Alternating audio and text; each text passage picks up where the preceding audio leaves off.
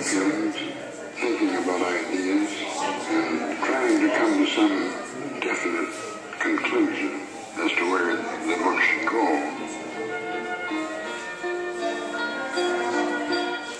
My name's Grant Herman, and I'm the director of the Sigurd Olson Environmental Institute at Northland College. And my name's Alan Craig. I'm the curator of the Wisconsin Canoe Heritage Museum in Spooner, Wisconsin. I think that there's a few levels of significance of the diorama. Probably the biggest one is that it brings together the collections of objects at the Listening Point Foundation, the Sigurd Olson Institute, and the Wisconsin Canoe Heritage Museum, and lots of those objects have never been displayed to the public before. So what is Mr. Olson's legacy as far as well, for us in Northland, for America, for the... Well, one of the great things about Sigurd Olson is that there's so many different facets to his life. Not only was he a great wilderness traveler, but he was a great wilderness advocate and environmentalist, and he did so much in his time to preserve wilderness, to create access for people of all walks of life to be able to get out into wild lands. That's his number one, the thing that he's known for the best. But he did that by getting involved not only at the local level, but at the national and international levels to put together these amazing efforts to preserve wild lands, most notably the Boundary Waters Canoe Area Wilderness and Voyageurs National Park. And he received numerous awards for that work. And so part of his legacy is being active in the things that you believe are most important. And so the Sigurd Olson Environmental Institute at Northland College, we use his name to inspire students and people in our region to be involved in land-related issues in our area. Now, in these times, that's gone into the work of ecological restoration, Lake Superior advocacy, all kinds of projects like that. There was the Loon Watch project through the Sigurd Olson Institute. And now that institute's been going for 39 years, and so even the institute itself now has its own legacy of environmental outreach for the college in the kind of that northern tier of Minnesota, Wisconsin, and the Upper Peninsula. What do you think he would have made of a canoe museum in Spooner, Wisconsin? What do you think he would have... Well, I'll tell you what, if he was walking around in here, he'd have saliva dripping out of the corner of his mouth. He'd be wanting to paddle every hull in this place. He was a very serious paddler, and so he loved boats. And although in his day, a lot of these boats that we considered to be historic hulls would have been, even the boat that's part of the diorama was sort of a standard issue boat. That's what everybody paddled back then. But would you agree with that, Alan? Or? I do. I also don't think that he'd think it was that strange an idea. Sigurd Olson loved northern Wisconsin, spent a great deal of time in Sealy, and also worked really hard to preserve the Namakagon as a national scenic riverway. Okay. Is that his canoe then? Is that it was, yep, one of them. And it's been restored? It's been restored. What can you tell me about that particular canoe that's on display? It's a common sense grade 16-foot Old Town Yankee that was built and bought by SIG in 1935. It was fairly standard workaday wilderness canoe, so it was great for his use as a guide and also for his outfitting company. Okay. What was the name of that company, Alan? Border Lakes Outfitters. Yeah.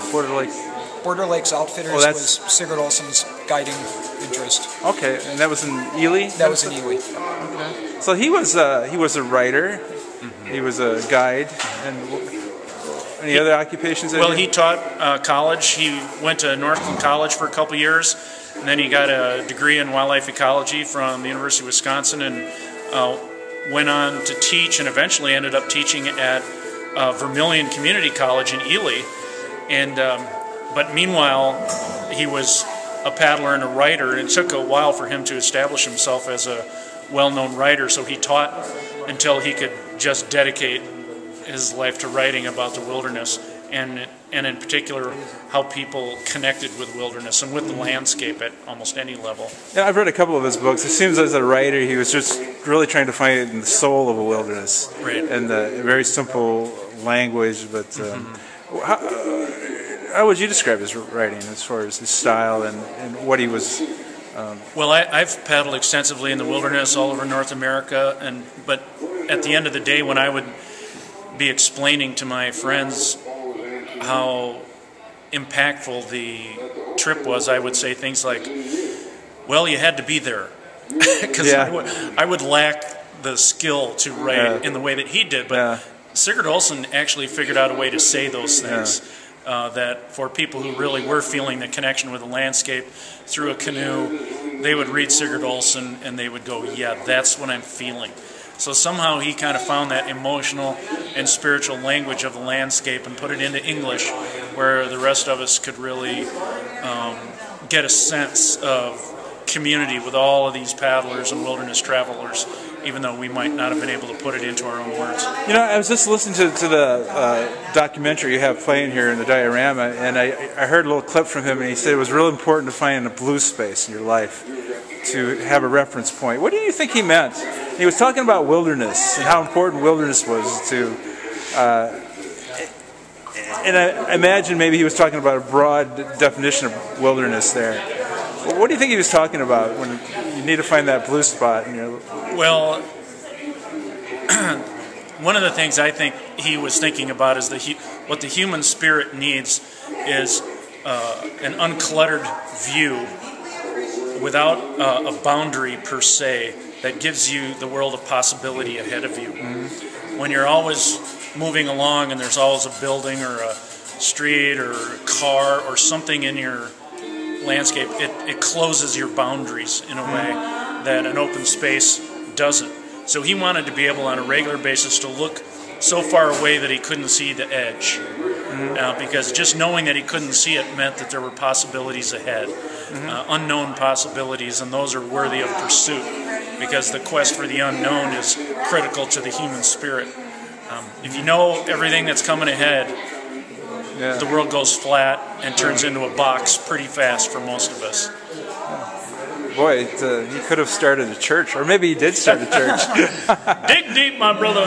No, well, it's very inspiring. I mean, it's the way you're telling it. I don't know. I think you're doing a pretty good job of just describing the experience. Most wilderness travelers, I feel the same way. I want to not know what's around the corner, because then it's worth going around the corner. And these canoes are obviously a big part of that journey. I mean, well, the canoe is an amazingly elegant craft. There's very little that limits you when you're in a canoe, and so it's both quiet and powerful, and it's just meant to slip through the environment. It was invented here by the Anishinaabe, and people like Sigurd Olson took it to the next level for most of us in our imagination and even in the function of it. Yeah, you know, I've thought about writing an essay on canoes because it almost seems like a spirit vehicle.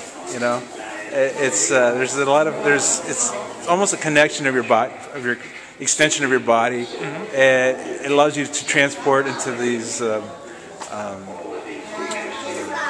virginal places almost, and these cathedrals of the wild, and Sigurd Olson would say that even beyond that, you're paddling into your own spirit, as well as what we see in the natural world. Right.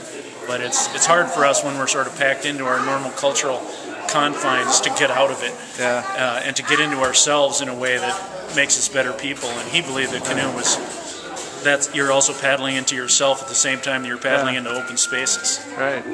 Well, thank you, gentlemen, very much. It's been a very good, interesting discussion, and I really appreciate it. Thanks appreciate for the your work you're doing. All right.